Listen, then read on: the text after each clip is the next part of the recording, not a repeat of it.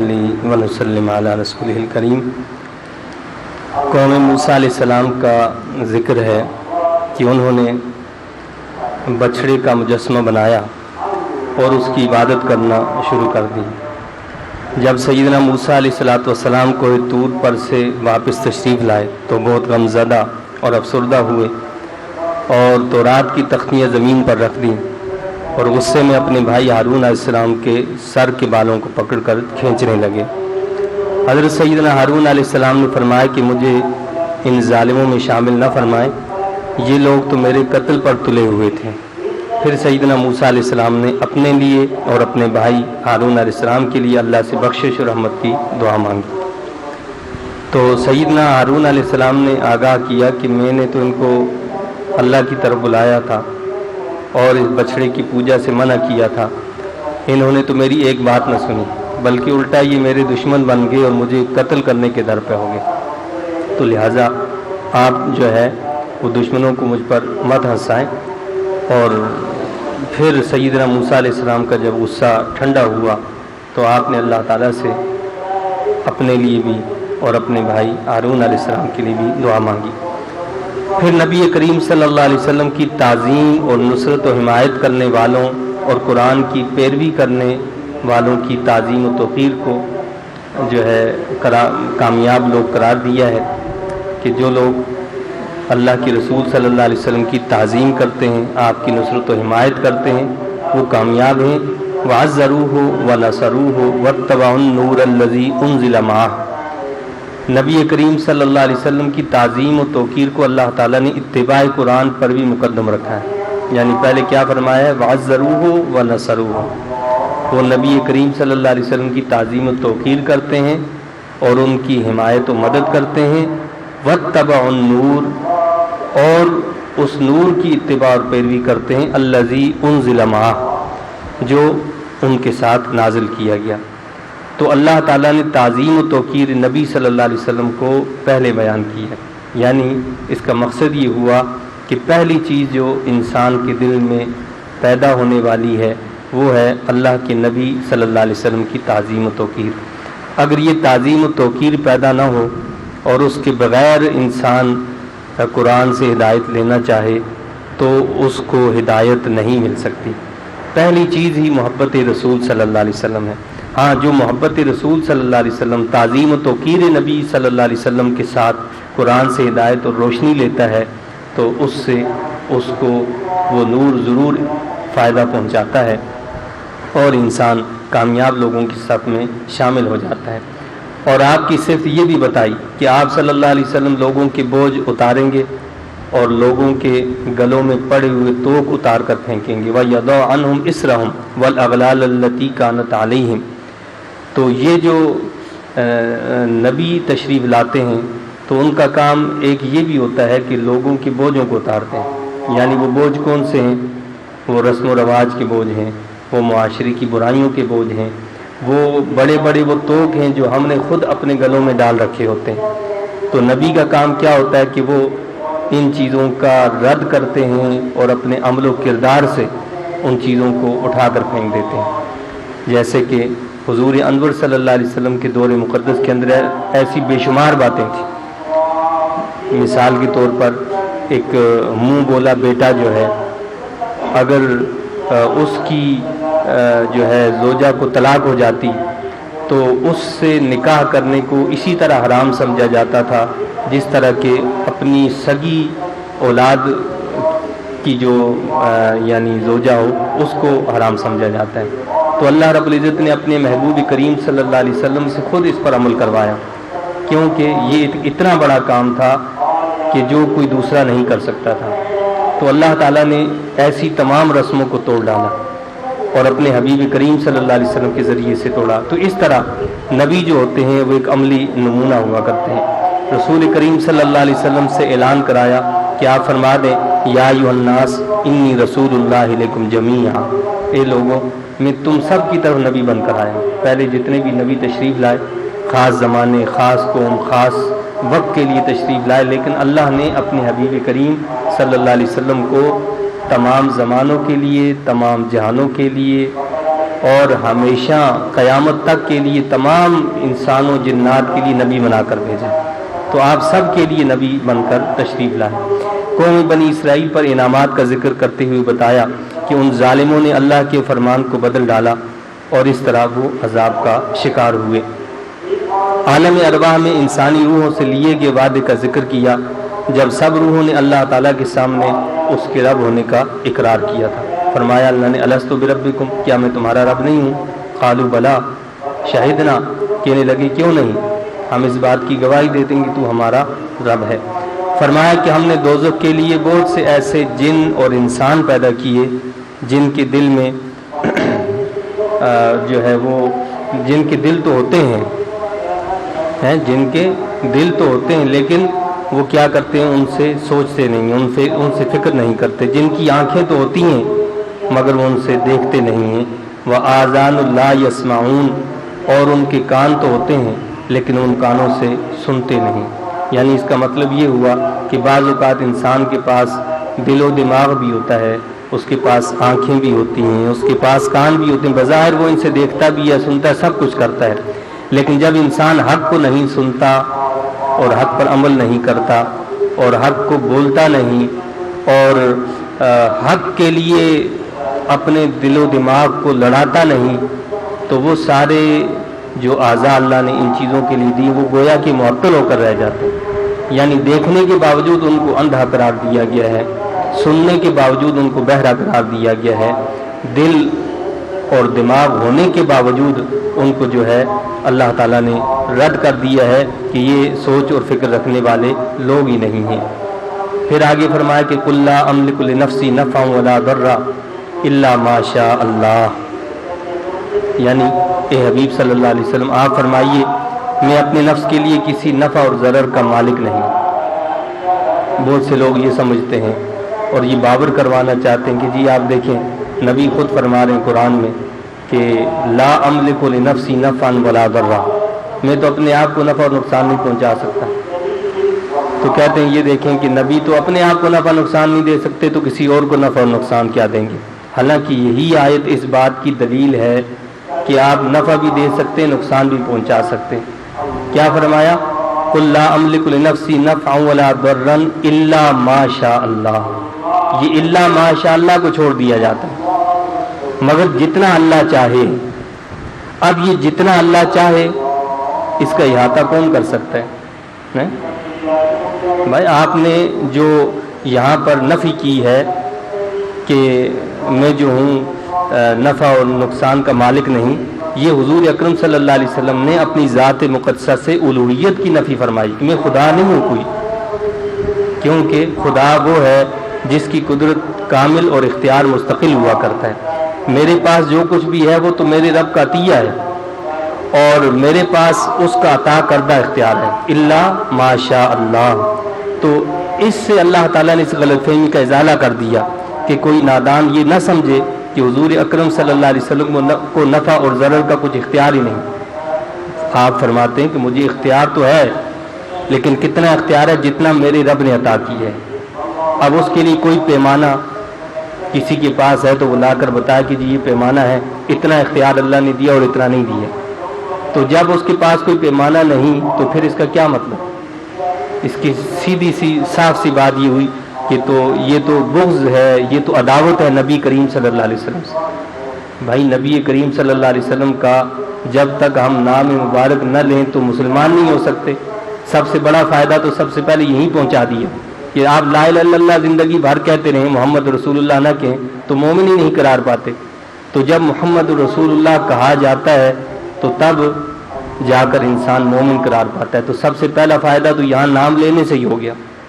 اور پھر حدیث سے یہ ثابت ہے کہ جب بندہ مر جاتا ہے تو مرنے کے بعد جب قبر میں پہنچتا ہے تو وہاں جب یہ سوالات ہوتے ہیں کہ من ربک کا ما دینک کا، تمہارا رب کون ہے، تمہارا دین کیا ہے، اس کے بعد تیسرا ایک سوال ہوتا ہے ما کنت تقول فی حق ھذا الرجل، تم اس ہستی کے بارے میں کیا کہا کرتے تھے۔ تو حدیث شریف میں آتا ہے کہ اس تیسرے سوال کا جب جواب درست ملتا ہے تو اس کے لیے جنت کی کھڑکی کھول دی جاتی ہے کہ جو یہ پہچان لیتا ہے، جو یہ کہتا ہے کہ یہ تو میرے نبی محمد مصطفیٰ صلی اللہ علیہ وسلم ہیں، تو اس کے لیے جنت کے دروازے کھول دیے جاتے ہیں، جہنم کے دروازے بند کر دیے جاتے ہیں، اور اس کو آگاہ کیا جاتا ہے، اس کو دکھایا جاتا ہے کہ جہنم میں تمہارا یہ ٹھکانہ تھا، لیکن تم نے ان اللہ کے نبی کو پہچان لیا، اس لیے وہ جہنم کے دروازے بند کر کے اب تمہارے لیے جنت کا یہ ٹھکانہ جو ہے دیا گیا ہے۔ تو قبر میں پہنچنے کے بعد بھی جو فائدہ مل رہا ہے وہ حضور نبی کریم صلی اللہ علیہ وسلم کے نام مبارک آپ کی پہچان پر مل رہا ہے، اور قیامت کے دن بھی ایسا ہوگا جب نفسا نفسی کا عالم ہوگا۔ احادیث میں آتا ہے، بخاری شریف کے اندر پورے اس پر جو ہے عنوان ہے، اور جس میں بتایا گیا ہے کہ محشر کی سختی کے اندر سارے لوگ، صرف امت محمدیہ صلی اللہ علیہ وسلم نہیں بلکہ سارے لوگ اگلے پچھلے سب جمع ہوں گے، اور وہ آدم علیہ السلام کے پاس جائیں گے، کہیں گے کہ آج اللہ سے عرض کریں کہ اللہ تعالیٰ ہم پر رحم فرمائے، یہ بڑا مشکل وقت ہے، تو آپ معذرت کریں گے، آپ آگے بھیجیں گے، حتیٰ یہ کہ سیدنا عیسیٰ علیہ السلام تک تمام لوگ جائیں گے، وہ بھی معذرت کریں گے۔ سیدنا عیسیٰ علیہ السلام فرمائیں گے کہ اس کام کے لیے اللہ نے محمد مصطفیٰ صلی اللہ علیہ وسلم کو منتخب فرمایا، ان کے پاس جاؤ۔ تب سارے لوگ حضور اکرم صلی اللہ علیہ وسلم کے پاس حاضر ہوں گے، تو آپ فرمائیں گے انا لہا، ہاں اس کام کے لیے اللہ نے مجھے مقرر کیا ہے، اللہ نے مجھے اس کے لیے مقرر کیا، اور پھر آپ سجدہ ریز ہو جائیں گے، پھر اللہ سے دعا مانگیں گے، پھر اللہ کی طرف سے فرمایا جائے گا کہ اے محمد مصطفیٰ صلی اللہ علیہ وسلم آپ سفارش فرمائیں، آپ کی سفارش کو قبول کیا جائے۔ اللہ چاہتا تو بغیر اس کے ڈائریکٹ وہ سن لیتا، اور خود ہی ان مرحلوں سے بچا کر اللہ تعالیٰ سیدھا جو ہے لوگوں کے معاملات کو حل کر دیتا، لیکن یہ عظمت مصطفیٰ صلی اللہ علیہ وسلم کو آگاہ وہاں بھی کیا جائے گا کہ یہ مقام، یہ مرتبہ جو میں نے دیا ہے، یہ محمد مصطفیٰ صلی اللہ علیہ وسلم کو دیا ہے کہ آپ سفارش فرمائیں گے تو شفاعت کا دروازہ بھی کھلے گا، تو شفاعت کا دروازہ بھی رسول خدا صلی اللہ علیہ وسلم کھولیں گے، آپ کے ذریعے سے کھولا جائے گا، تو یہ بھی فائدہ ہے۔ تو معلوم کیا ہوا کہ نبی جو نفع پہنچاتے ہیں تو وہ کس سے پہنچاتے ہیں؟ اللہ کے اختیار سے، اور یہ ہمارا ایمان اور عقیدہ یہی ہے کہ آپ جو کچھ بھی کرتے ہیں وہ اللہ کی عطا سے کرتے ہیں۔ یہ تو کسی کا عقیدہ نہیں ہے کہ جی آپ خود سے ذاتی طور پر کچھ کرتے ہو، ایسا کسی بھی اہل ایمان کا عقیدہ نہیں ہے۔ اچھا، آگے اللہ تعالیٰ نے اپنے محبوب کریم صلی اللہ علیہ وسلم سے یہ بھی کہلوایا ہے کہ آپ فرمائیے وَلَوْ كُنْتُ أَعْلَمُ الْغَيْبِ، اگر میں غیب جانتا، لَاسْتَكْثَرْتُ مِنَ الْخَيْرِ، میں تو بہت سارا خیر جمع کر لیتا۔ تو کہتے ہیں کہ جی یہ دیکھیں، اس سے پتہ چلا کہ آپ کے پاس تو کوئی غیب نہیں ہے، کہ آپ خود فرما رہے ہیں کہ اگر میں غیب جانتا تو یہاں پر بھی اللہ کے رسول صلی اللہ علیہ وسلم نے کس چیز کی نفی کی ہے؟ علم غیب ذاتی کی نفی فرمائی ہے کہ میں علم غیب کو ذاتی طور پر نہیں جانتا۔ بھائی یہ ذاتی طور پر، یہ تو اللہ کی صفت ہے کہ وہ ذاتی طور پر غیب کو جانتا ہے، میں تو جو بھی جانتا ہوں اپنے رب کی عطا سے جانتا ہوں، میں جو بھی جانتا ہوں اپنے رب کی عطا سے جانتا ہوں۔ قرآن میں اللہ نے فرمایا فَلَا يُظْهِرُ عَلَىٰ غَيْبِهِ أَحَدًا إِلَّا مَنِ ارْتَضَىٰ مِن رَّسُولٍ، اللہ تعالیٰ غیب کو ظاہر نہیں کرتا، لیکن رسولوں میں سے جن کو چن لیتا ہے ان کو غیب بتاتا ہے، اور فرمایا کہ وَمَا هُوَ عَلَى الْغَيْبِ بِضَنِّينَ، یہ نبی تو غیب بتانے میں بخل ہی نہیں کرتے۔ تو ایک طرف تو اللہ یہ فرما رہا ہے کہ یہ غیب بتانے میں بخل نہیں کرتے، اور اللہ غیب اپنے نبیوں کو بتاتا ہے، تو دوسری طرف آپ یہ کہیں کہ جی یہ تو نفی ہو رہی ہے کہ نبی غیب نہیں جانتے، تو پھر وہاں تطبیق کی جاتی ہے، وہاں درمیانہ راستہ نکالا جاتا ہے کہ آخر اس کا مقصد کیا ہے۔ یا تو آپ پھر نفی کریں، پھر قرآن کے اندر جو ہے ٹکراؤ پیدا ہو جائے، آپ یہ کہیں کہ جی تضاد ہے نعوذ باللہ قرآن میں، تو قرآن میں کہیں تضاد نہیں ہے، بلکہ جہاں نفی ہے وہاں اس بات کی نفی ہے کہ میں ذاتی طور پر غیب نہیں جانتا، میں جو بھی جانتا ہوں اپنے رب کے بتانے سے جانتا ہوں، اور یہی ہمارا ایمان اور عقیدہ ہے کہ نبی کے پاس جتنا بھی علم ہوتا ہے وہ اللہ کی عطا سے ہوتا ہے، لیکن نبی کا علم اللہ کے علم کا کوئی مقابلہ نہیں کر سکتا۔ اللہ کے علم کے سامنے تو کسی بھی نبی کا کوئی علم نہیں ہو سکتا، لیکن جو علم اللہ تعالیٰ نے اپنے حبیب کریم صلی اللہ علیہ وسلم کو عطا فرمایا، اس علم کا مقابلہ مخلوق کے سارے علوم کو جمع کر لیا جائے وہ بھی مقابلہ نہیں کر سکتا۔ یعنی نبی کا علم جو ہے یوں سمجھیں کہ وہ ایک سمندر ہے، تو سارے نبیوں اور دیگر تمام مخلوقات کا علم جمع کر لیا جائے تو وہ ایک قطرہ بھی نہیں ہو. اتنا علم اللہ نے اپنے محبوب کریم صلی اللہ علیہ وسلم کو عطا فرمایا ہے. تو علم غیب میں بھی اپنی الوہیت کی نفی فرمائی ہے، کیونکہ اللہ وہ ہوتا ہے جس کا علم ذاتی اور محیط ہو، اور آپ نے واضح کیا کہ میرا علم تو اللہ کا دیا ہوا علم ہے، تو اس لیے آپ نے علم ذاتی کی نفی فرمائی ہے. اور پھر آگے انسان کی ناشکری اور شرک کا ذکر کیا گیا ہے.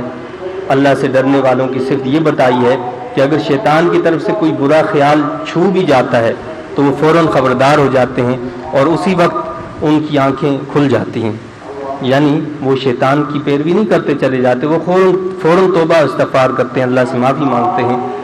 اور پھر بتایا کہ وَإِذَا قُرِئَ الْقُرْآنُ فَاسْتَمِعُوا لَهُ وَأَنصِتُوا، جب قرآن کریم پڑھا جائے تو اس کو غور سے سنو اور خاموش رہو. یہ قرآن مجید کا مقام ہے، یہ مرتبہ ہے کہ جہاں قرآن مجید کی تلاوت کی جائے تو حکم یہ ہے کہ اس کو سنا جائے.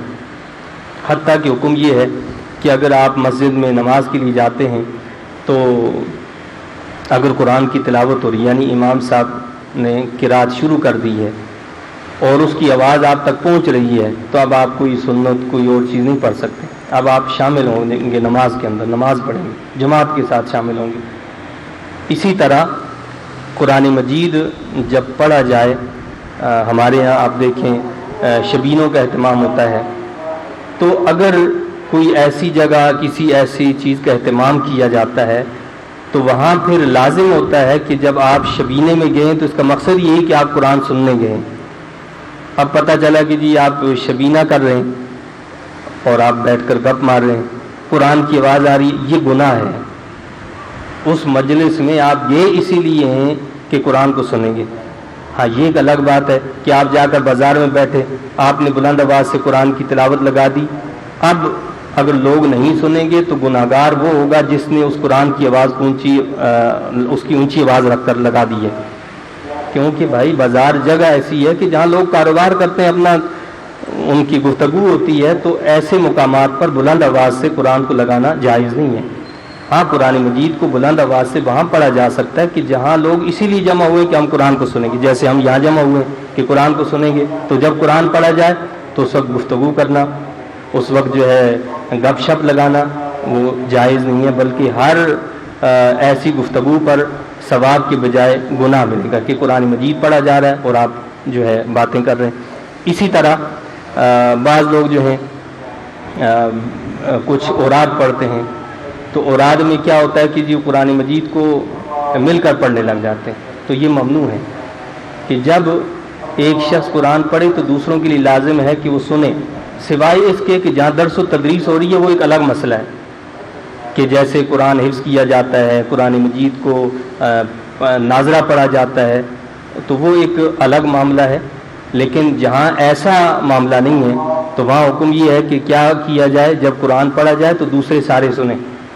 اب اگر ہم بیٹھے ہیں اور قرآن کا ورد کر رہے ہیں تو بزرگان دین سے جو چیز ثابت ہے وہ تو یہ ہے، پہلے چونکہ لوگوں کو اتنا علم نہیں ہوتا تھا، قرآن کی صورتیں بھی اتنی یاد نہیں ہوتی تھیں، تو انہوں نے یہ طریقہ اختیار کیا تھا کہ وہ پڑھاتے تھے، یعنی ایک ایک آیت پڑھاتے، سب پیچھے پڑھتے تھے.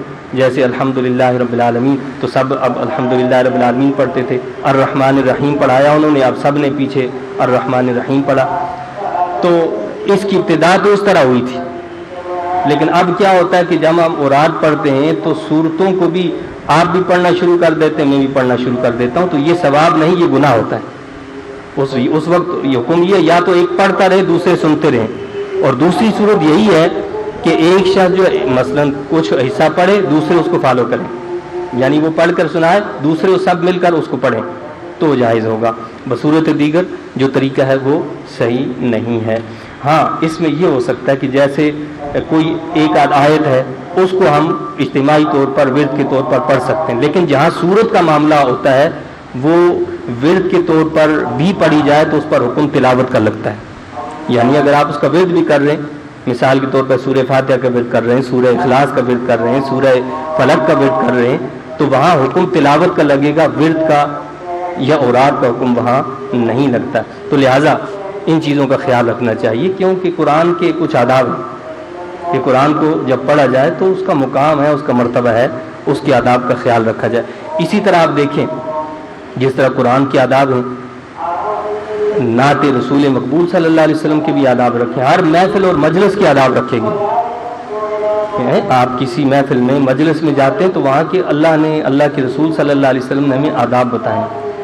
تو نعت رسول مقبول صلی اللہ علیہ وسلم کے آداب بھی یہی ہیں کہ جب نعت رسول مقبول صلی اللہ علیہ وسلم ہو تو حکم یہ ہے کہ پھر اس کو ہم توجہ سے سنیں، غور سے سنیں. یعنی صحابہ کرام فرماتے ہیں جب رسول پاک صلی اللہ علیہ وسلم ارشاد فرماتے تھے، کچھ گفتگو فرماتے تھے تو ہم اس طرح ہو جاتے تھے، ہماری یہ صورتحال ہوتی تھی کہ گویا ہمارے سروں پر پرندے جو ہے بیٹھے ہوئے ہیں. یعنی پرندے بھی اگر بیٹھے، ہم ہلتے نہیں تھے بالکل. پرندہ بھی بیٹھا ہوگا تو وہ ظاہر انسان ہلے گا تو اڑ جائے گا، تو گویا پرندے بیٹھے ہوئے. یعنی اس طرح ہم بالکل ادب سے، تعظیم سے، تکریم سے بیٹھا کرتے تھے. تو نعت رسول مقبول صلی اللہ علیہ وسلم کا ادب بھی یہی بتایا گیا. اب اگر دوران نعت آپ دوڑ دھوپ شروع کر دیں اور نذرانے پیش کرنے لگیں تو یہ آداب محفل کے بھی خلاف ہے. اس کے اندر اور بہت ساری خرابیاں ہیں، ریاکاری، نمود و نمائش. بھائی مثال کے طور پر آپ نعت میں کچھ نذرانہ پیش کرنا چاہتے ہیں، ٹھیک ہے، تو نذرانہ پیش کرنا چاہتے ہیں، جتنا پیش کرنا چاہتے ہیں ایک مرتبہ دے دیں. لیکن ہم جو ہے وہ ایک مرتبہ نہیں اٹھتے، ہم 10 مرتبہ اٹھ کے جائیں گے تاکہ پتہ چلے. یہ نمود و نمائش، شیطان ہمارے اعمال کو ضائع کرنا چاہتا ہے، ہم اس کو نہیں سمجھتے ہیں. اور اس میں اتنی ساری یعنی وہ چیزیں ہیں جن کی شریعت نفی کرتی ہے. ایسے کاموں سے ہمیں اجتناب کرنا چاہیے. اس کا یہ مقصد نہیں ہے کہ جو نعت پڑھنے والے ہیں ان کی خدمت نہ کی جائے، ان کی خدمت کرنا یہ بڑے اجر و ثواب کا کام ہے، لیکن اس کے لیے وہ طریقہ اختیار کیا جائے جو شریعت نے بتایا. میں نے ایسی محافل دیکھی ہیں کہ جہاں نعت رسول مقبول صلی اللہ علیہ وسلم ہوتی ہے، اس کا ادب احترام کیا جاتا ہے. وہ کیا کرتے ہیں، نعت کے دوران ہی اگر کوئی ان کو دینا ہوتا ہے اور وہ پیش کرنا چاہتے ہیں اس وقت، تو وہ اپنی جگہ سے نہیں ہلتے بلکہ وہ نکال کر وہیں اپنے پاس رکھ دیتے. جب نعت ختم ہو جاتی ہے وہ جا کر جمع کروا دیتے ہیں. تو یہ ایک طریقہ ایک ادب کے اندر ہے. محفل کے آداب کو بھی ملحوظ رکھا جاتا ہے اور پھر جو اس کا واقعی طریقہ ہے وہ یہ طریقہ ہے. تو بہت ساری خرابیاں، بہت سارے معاملات ایسے ہوتے ہیں کہ جو شریعت ہمیں بتاتی کچھ ہے اور کرتے ہم کچھ ہیں. تو اس سے ہمیں اجتناب کرنا چاہیے. جو اللہ نے، اس کے رسول صلی اللہ علیہ وسلم نے ہمیں طریقہ بتایا ہے اسی طریقے کو فالو کرنے میں ہمارے لیے کامیابی ہے. اللہ تعالیٰ نے صبح اور شام دل اور زبان سے آواز بلند کیے بغیر عاجزی اور خوف کے ساتھ یاد الہی کرنے کا حکم دیا ہے اور فرمایا کہ ولا تکم من الغافلین، تم غافلوں میں سے نہ ہو جاؤ. یعنی ہر وقت اللہ کو یاد کرتے رہو، دل میں یاد کرو، زبان سے یاد کرو، چپ کے یاد کرو. اپنے دل کو یاد خدا میں آباد رکھو. اللہ والوں کی نشانی یہ بتائیے، رجال اللہ تلہیہم تجارت ولا بیع عن ذکر اللہ. یعنی اللہ والے جو ہوتے ہیں ان کو تجارت بھی، خرید و فروخت بھی اللہ کی یاد سے غافل نہیں کرتے. یعنی وہ اگر تجارت کے لیے، کاروبار کے لیے بیٹھے ہیں تو وہاں پر بھی ان کا دل اللہ کے ساتھ جڑا ہوتا ہے. وہ دل میں اللہ کو یاد کر رہے ہوتے ہیں، بظاہر ہاتھ ان کے چل رہے ہوتے ہیں، وہ کام کر رہے ہوتے ہیں، لیکن دل یاد الہی سے غافل نہیں ہوتا. اللہ نے اسی بات کا حکم دیا کہ ولا تکم من الغافلین، غافل لوگوں میں سے نہ ہو جاؤ. اور پھر سورہ الانفال میں مال غنیمت کے بارے میں احکامات دیے گئے ہیں. زمانہ جنگ سے متعلق اور جنگ کے بعد پیدا شدہ صورتحال کے لیے ہدایات مذکور ہیں. مجاہدین سے میدان جہاد میں جو کمزوریاں ظاہر ہوئیں ان کی نشاندہی کر کے ان کے ازالے اور اخلاق حسنہ کی تکمیل کا حکم دیا گیا ہے.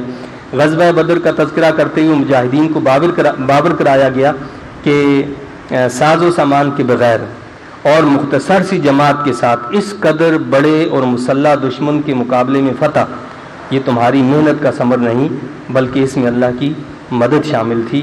اس لیے آئندہ بھی اللہ پر بھروسہ اور اس کے رسول مقبول صلی اللہ علیہ وسلم کی اطاعت کو ہی ذریعہ نجات سمجھو. یعنی نجات جو ہے کب مل سکتی ہے، فتح کب حاصل ہو سکتی ہے کہ جب بندہ اللہ پر توکل رکھے اور اس کے رسول صلی اللہ علیہ وسلم کے حکم کی پیروی کرتا رہے. تو وہ دونوں جہان میں فلاح پا جاتا ہے، وہ کامیاب ہو جاتا ہے۔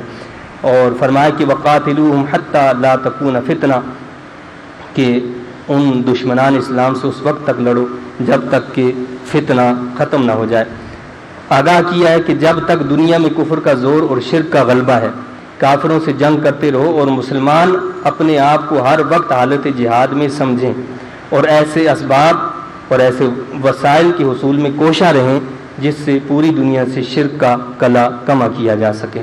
یعنی دشمن کے مقابلے کے لیے ہر وقت مومن کو جو ہے وہ مسلح رہنے کی، تیار رہنے کی جو ہے تیاری رکھنے کی اللہ تعالیٰ نے کا حکم دیا ہے کہ اسے دشمن کے مقابلے کے لیے تیار رہنا چاہیے۔ دشمن سے جو ہے وہ بے خوف ہو کر ایسے نہیں بیٹھ جانا چاہیے کہ جی ہمیں کیا ضرورت ہے تیاری کی، ہمارا تو اللہ پر بھروسہ ہے۔ اللہ پر بھروسہ تو ہونا چاہیے، لیکن اس کے ساتھ ظاہری اللہ تعالیٰ نے تیاری کا حکم دیا ہے، وَأَعِدُّوا لَهُمْ مَا اسْتَطَعْتُم مِّن قُوَّةٍ، یعنی جتنی تمہاری استطاعت ہے اتنی تو قوت تم حاصل کرو، ہے یعنی جتنا ہم کر سکتے ہیں، جتنے اللہ نے ہمیں ذرائع دیے ہیں، وسائل دیے، پہلے ہم ان ذرائع وسائل کو استعمال کریں گے تو ذرائع وسائل کے ذریعے پھر اللہ بھی ہماری مدد فرمائے گا۔ اور ہم ہاتھ پر ہاتھ دھر کر بیٹھ جائیں اور کہیں کہ جی اللہ ہماری مدد کرے گا تو نکلے ہی نہیں، گھر میں بیٹھے رہیں، دشمن آئے گا اور اپنا کام کر کے چلا جائے گا۔